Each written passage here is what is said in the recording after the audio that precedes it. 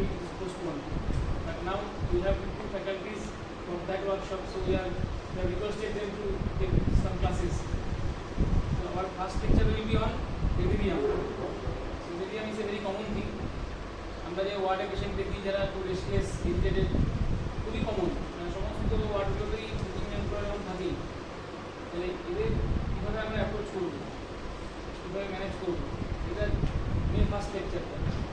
সেই লেকচারটা চলাকালীন যদি কোনো প্রশ্ন থাকে ভেরি বিগিন বেঙ্গলি, তাহলেও কিন্তু প্রশ্নটা করতে হবে, কারণ এটা আমাদের বুঝে নেওয়ার ব্যাপার আছে, কারণ এটা আমাদের ইমপ্লিমেন্ট করতে হবে। এটা শুধু আমরা শুনে যাচ্ছি তেমনটা নয়, রোজকার সমস্যা, তাহলে কিন্তু অ্যাড্রেসিং আমরা যা করি হোয়াট উই ডু সেটাও বলতে হবে, যে আমরা কী করি এবং কী করা উচিত। সেগুলিকে ইন্টারেক্টিভ ক্লাস, সিভিল প্রেজেন্ট, বলার সময়ও প্রশ্ন করতে পারো, শেষ হয়ে গেলেও আলোচনা হতে পারে, যাতে actually what we do that also you should know to guide us. ঠিক আছে, সেই জায়গা থেকে শুরু হোক। First class taken by doctor Inchara. Break after before entering into the management. Before into management, we will take people like what to do in management before we can.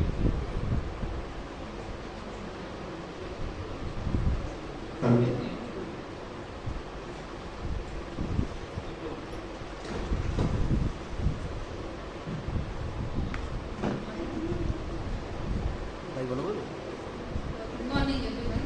I am Dr. Inchara. I am a psychiatrist currently doing my senior residency in Nimax. So today, Kolkata Heart Clinic has organized a talk on delirium, its recognition and management. So I will mainly speaking in English, but if anybody is not able to follow anything, don't hesitate to stop me. So we will discuss whatever is the concern. So I came to know from the organizers that people wanted to know how to deal with ward psychosis, ICU psychosis. So we'll discuss whether ICU psychosis, delirium was same, whether ICU psychosis is a misnomer, or whether delirium is much more than psychosis. So let's discuss a case scenario. I'm sure all of you will be facing it day in and day out.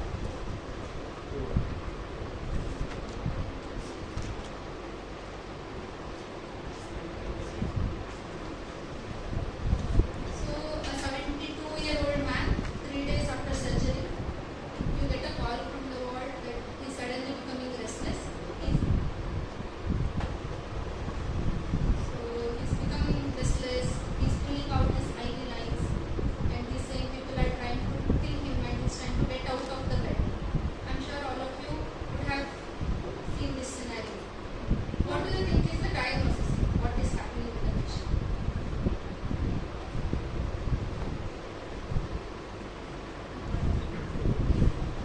Anybody can say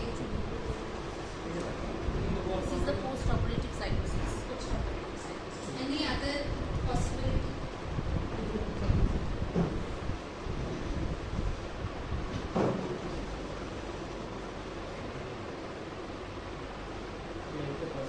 We'll come back to it after some time.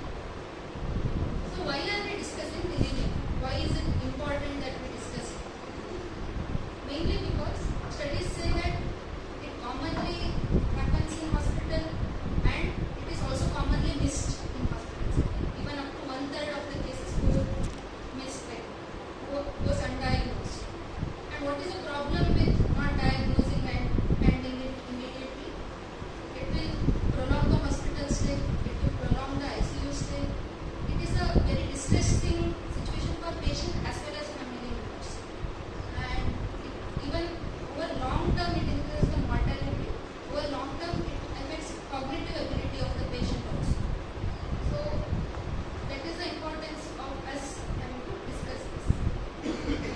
So why is it commonly missed?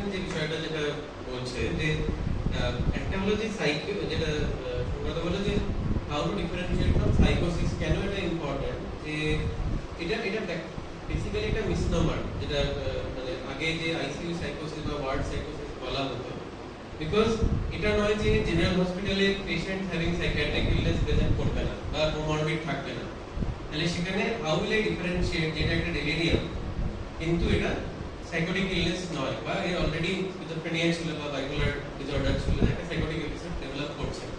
তো সেই ক্ষেত্রে এটা একটা বিষয় differentiate. আরেকটা যেটা সেটা হলো যে জেনারেলি জেনারেল হসপিটালে যখন আমরা কাজ করি, যেহেতু পেশেন্টের মাল্টিপল মেডিকেল ইস্যুস থাকে, তাহলে যেটা ইউজুয়ালি পিকড আপ হয় সেটা হলো রাত্রিবেলা পেশেন্ট আইভি লাইন খুলে দিচ্ছে, বেড থেকে উঠে বলছে আমি বাড়ি চলে যাবো, বা এটা আমার বাড়ি, আমাকে পাশের ঘরে যেতে দাও, বা যে নার্সিং স্টাফ যিনি এসেছেন বা ডাক্তার যিনি এসেছেন তাদেরকে বলছে যে তুমি তো আমার পাশের বাড়িতে থাকো, আগের বারও দেখেছি তুমি আমার কাছে এসেছো, আমার ক্ষতি করতে চাও, আমি তোমার হাতে ওষুধ দেবো না। হ্যাঁ, তো জেনারেলি যত ইভিনিং যাচ্ছে এটা এই ফিনোমেননটাকে বলে সানডাউনিং।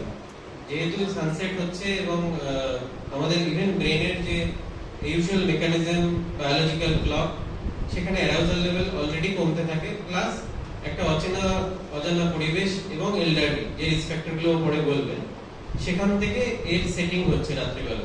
কিন্তু যেটা আলোচনা হচ্ছে সেটা হচ্ছে যে আমরা কি প্রেডিক্ট করতে পারি যে এই পেশেন্টটি ইভিনিং এ ডেলিরিয়াম ডেভেলপ করবে? আমরা কি আর্লি সিমটমস পিক আপ করতে পারি যে patient already going into delirium? কারণ ডেলিরিয়ামে বিহেভিয়ারাল প্রবলেমটা কিন্তু আলটিমেট কালমিনেশন বা থাকতে পারে নাও থাকতে পারে। হাইপোঅ্যাক্টিভ ডেলিরিয়ামে হয়তো বিহেভিয়ারাল প্রবলেম আসবেই না, পেশেন্ট লেথার্জিক হয়ে তার বেডে শুয়েই আছে, কথা বলছে না খুব বেশি, এক জায়গায় ভেবেল করে তাকিয়ে আছে, খুব কোঅপারেট করছে না কোনো প্রসিডিওরে, বা খুব কোঅপারেট করছে না খাওয়া দাওয়া করতে। ফলে ডেলিরিয়াম মানেই কিন্তু সাইকোটিক সিমটমস নয়। সেই জন্যই আইসিইউ সাইকোসিস ওয়ার্ডটা বাদ দেওয়া হচ্ছে, যাতে করে কমিউনিকেশন বা মেডিকেল কমিউনিকেশন বা স্টাফ হ্যান্ডিং ওভারে আমরা বুঝতে পারি যে ডেলিরিয়াম ইজ সামথিং বিয়ন্ড সাইকোসিস। তাহলে সেই বিয়ন্ড সাইকোসিসের কোর সিমটমটা কি হয়? যে আমি সকালবেলা হাসপাতালে ভর্তি হয়েছি, আমি যে রাত্রিবেলা ডেলিরিয়ামে যাব তার আগে কি কোনো সিমটম শুরু হয়? সেখানেই অ্যাটেনশন স্প্যানের কথা হচ্ছে। অ্যাটেনশন স্প্যানের প্র্যাকটিক্যাল আন্ডারস্ট্যান্ডিং হলো এই যে আমরা বসে আছি, আলোচনা করছি, কথা বলছি, কন্টিনিউয়াসলি আমাদের ব্রেন এটাকে রেজিস্টার করছে, অবজার্ভ করছে এবং সে ফলো করতে পারছে। এবার এই এক্সাম্পল গুলো খুব সিম্পল, যেগুলো বলা হলো যে ডিজিট স্প্যান, মানে সোমবার থেকে রোববার কি কি দিন আসে বলুন, মানে এতটা সিম্পল একটা টাস্ক যখন ইম্পেয়ার্ড হচ্ছে তখন এটা পিক আপ করা এত ইজি। অ্যাকচুয়ালি যদি আমি জিজ্ঞাসা করি, যেমন আমি যখনই একটা ওয়ার্ডে হ্যান্ডওভার নিচ্ছি বা একটা পেশেন্টকে দেখতে যাচ্ছি, ডাক্তার নার্সিং স্টাফ, আমরা তো হাতে ক্যালকুলেট করে পালসটা দেখি, বা হাতে স্পিডমোটা নিয়ে পিপিটা দেখি, বা ভাইটালসটা চেক করি, এসপিওটা চেক করি। তাহলে পেশেন্টের মেন্টাল স্ট্যাটাসে স্পেশালি যখন রিস্ক ফ্যাক্টরগুলো থাকবে, আমরা কি অ্যাটেনশনটা চেক করতে পারি? এবং করলে আমি যখন সকালবেলা অ্যাটেনশন চেক করেছি, যখন হ্যান্ডওভার নিয়েছি, হয়তো পেশেন্ট সোম থেকে রোববার বলে দিতে পারলো, সোম থেকে রোববারটা সিম্পল, বাট জেনারেলি আমরা যেটা করি ওটা যখন বলে দিল তখন আমরা উল্টোটা জিজ্ঞাসা করি যে বলুন তো রবিবার, শনিবার আর কি কি দিন আছে পরে পরে, যেটা বললো যে আমরা মাল্টিপল প্রোবস দিই না, সাধারণত একবার বা দুবার। Generally generally one mistake allowed, but যে মুহূর্তে 2 মিস্টেকস হয়ে যাচ্ছে তাহলে কিন্তু বুঝতে হবে যে এত মাইল্ডেস্ট বা এত ইজিয়েস্ট একটা টাস্ক পেশেন্ট সাস্টেন করতে পারছে না দিনের বেলা, তখন কিন্তু পেশেন্টের অ্যাজিটেশন আসেনি, পেশেন্টের ডিসওরিয়েন্টেশনও আসেনি। সেই জন্য অনেক সময় মেডিকেল সেটিংয়ে আমরা মনে করি ডেলিরিয়াম মানে শুধু disorientation, but disorientation is the culmination of inattention. মানে disorientation is the problem of awareness, যেটা ও বললো যে অ্যাওয়ারনেস ক্যান বি ডিস্টার্ব যদি অ্যাটেনশন ইজ নট সাস্টেইনড। তাহলে এই বেডসাইড টেস্টগুলো করে একটা হলো ডেজ ফরওয়ার্ড, ডেজ ব্যাকওয়ার্ড, আর একটা হলো যে 20 থেকে 1 করে করে বলুন, 20, 19, 18, 17, 16। কারণ এটা হতে পারে যে আপনারা এমন কোনো পেশেন্ট পেয়েছেন, যেহেতু স্পেশালি সরকারি গভর্নমেন্ট হসপিটালে হয়তো তারা ইংরেজি মাস্টারের নামগুলো জানে না বা অঙ্কও জানে না, এটাও হতে পারে। তাহলে সেই ক্ষেত্রে তার স্পেসিফিক যে হয়তো কথা বলে অ্যাটেনশন অ্যাসিস্ট করতে হবে, যে আমি যে কথাগুলো বললাম সেগুলো সে রিকল করতে পারছে কিনা, রিপিট করতে পারছে কিনা, বা আমি 4টে শব্দ বললাম যে ফুলের নাম বললাম, কারেক্ট, 3টে ফুল বা 3টে ক্যাটাগরি দিলাম, আর একটু কমপ্লেক্স, মানে একটা ফুল বললাম, একটা ফল বললাম, একটা ফার্নিচার বললাম, একটা যানবাহন বললাম, যে আপনি বলুন তো একটা সেকেন্ড ডিফারেন্সে আমি বললাম, উনি বলতে পারছেন কি? তো এই এত ইজিয়েস্ট স্টেপস গুলো করলেই আমরা যখন ভাইটাল চেক করছি আমরা কিন্তু ডেলিরিয়ামকে প্রেডিক্ট করতে পারি। ফলে ডেলিরিয়াম কেন প্রেডিক্ট করতে হবে এই ডিসকাশনটা আসবে, যে প্রেডিক্ট করলে কি করতে হবে, what to act now.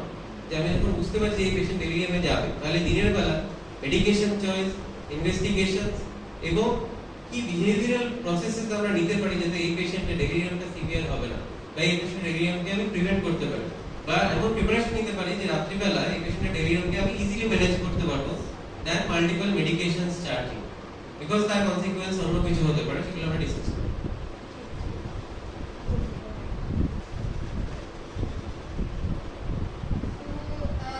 Yeah, so we discussed about differentiate dementia, psychosis. So hypoactive delirium can be even confused with depression also.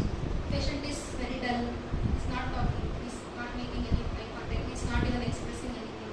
At times he may cry also. At times he may say, I'm going to die. So whether it is depression that we are dealing with or is it delirium? That again, depression also will not set in a day. It usually takes some time for those symptoms to develop. And patient will remain in that state for a consistent period of time. And depression, sadness is the main feature. If you ask patient, he may consistently say he's sad. He may start talking about some hopelessness about future. I'm not going to live. I'm worried that I'm going to die. So these are all the features which may not be there in delirium. Even in depression, some amount of attention span may be compromised. If you try to talk, he'll talk one thing and then he'll start looking down. He may not answer to all the questions that you ask. But it is not as much as seen in delirium. Delirium is not able to understand what you have asked itself. So, like Nilanjan said, the risk factors. Why do we have to know the risk factors? In order to predict who may go into delirium. Because preventing patient going into delirium will reduce the number of hospital days he is going to spend. It is going to reduce the distress that patient is going to face. So, what are the risk factors? There can be multiple risk factors.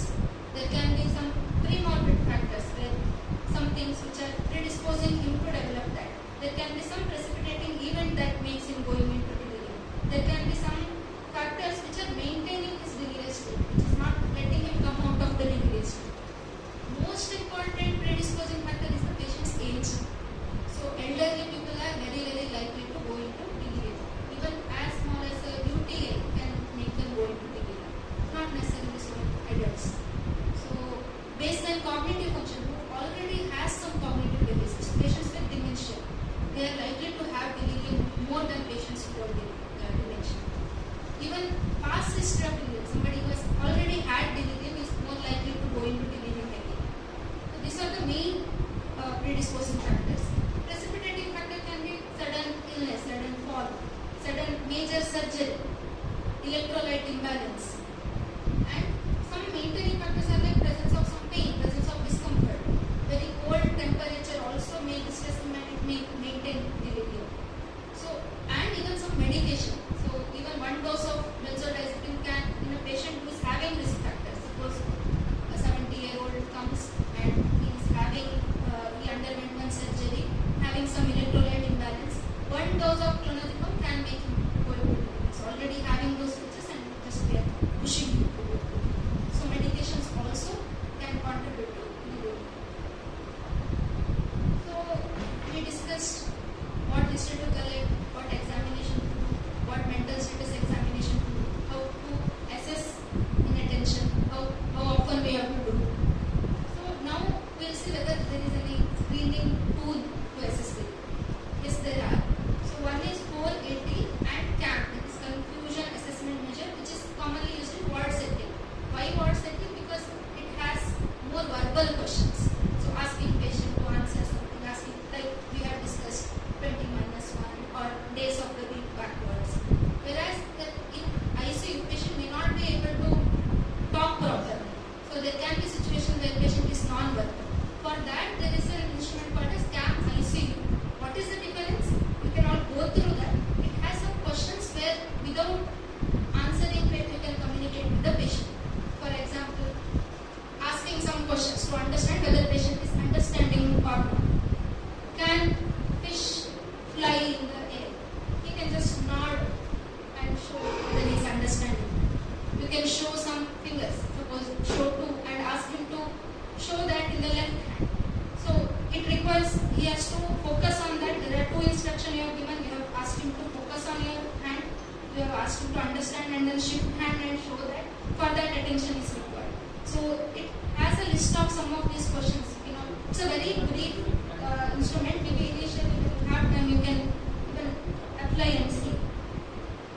So once we are sure that it is delirium that patient is in, what to do next?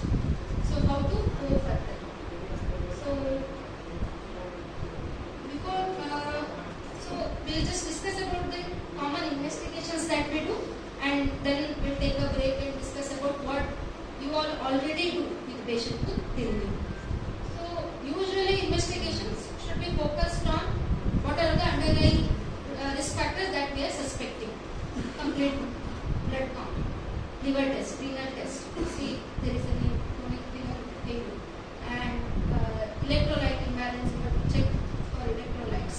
Maybe even one imaging, if elderly may have multiple falls, to see for any stage, so in CT. And if you are suspecting some neuro infection, then even CSF.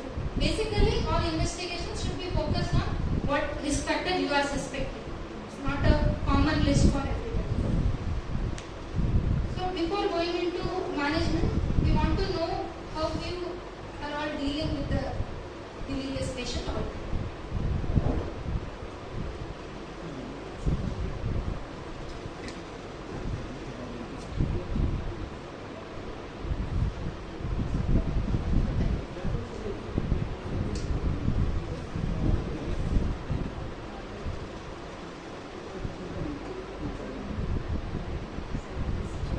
Basically, what do you do if somebody is confused, pulling out IV line? What is the first thing that we do? What do we usually do?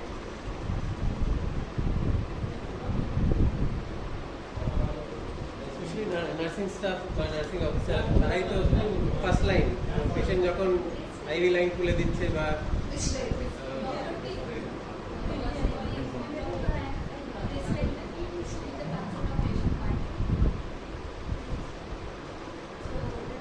The consent of patient party, usually restrain. Anything else? What next? And does that help? When you restrain, does that help? No, the restraint is a temporary management. যতক্ষণ না doctor आता है, doctor जब तक नहीं आता, doctor आने के बाद मेडिकेशन प्रिस्क्राइब करते हैं, उसकी हिस्ट्री और मेडिकेशन हिस्ट्री और बाकी सारी चीज़ को देखते हुए usually we administer haloperidol, midazolam, that kind of medication, not the IV and EPO.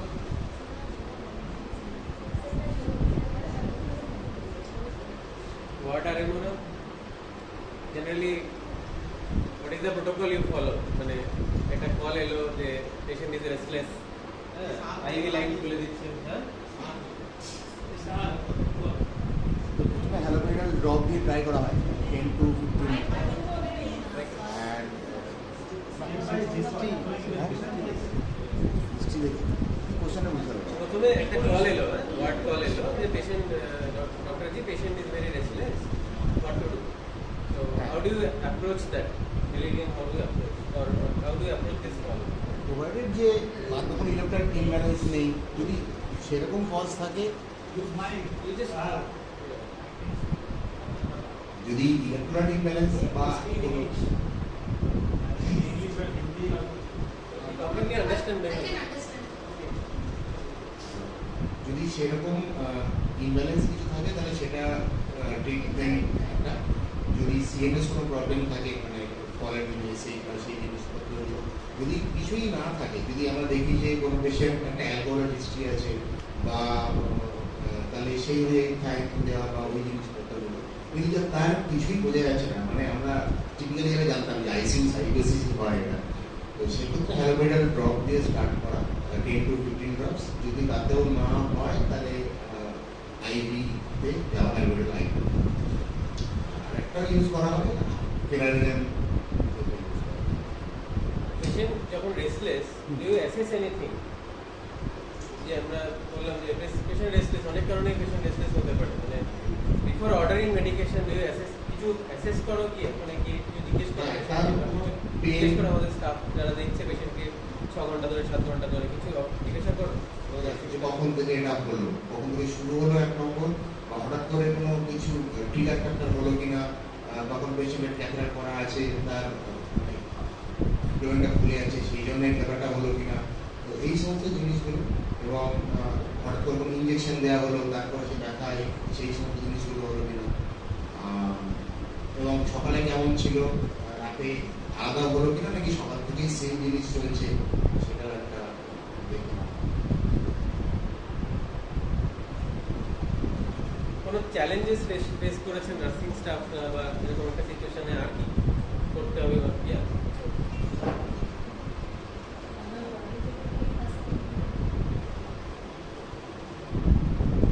What we do first is we go and try to speak the patient out of the situation.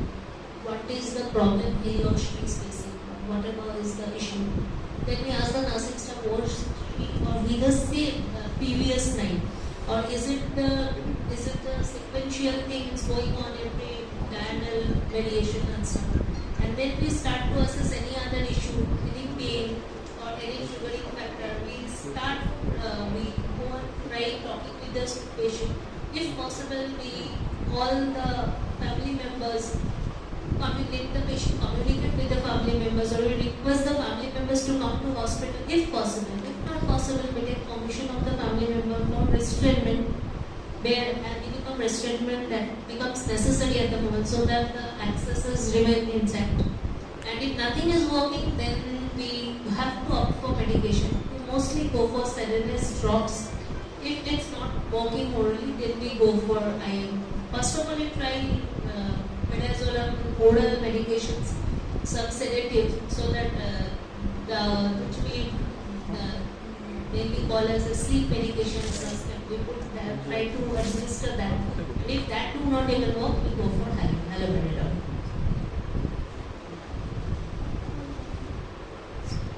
এই যে doctor বললেন যে even one single dose of clonazepam can push a person who is having impending delirium. So midazolam is a group of benzodiazepine. So is using benzodiazepine a rational practice to manage delirium? বা একটা patient যখন ডেলিরিয়ামে আছে বা ডেলিরিয়ামে যাচ্ছে কি হতে পারে যদি আমি বেনজোডাইজিপিন ইউজ করি? Actually, benzodiazepine affects through GABAergic mechanism or arousal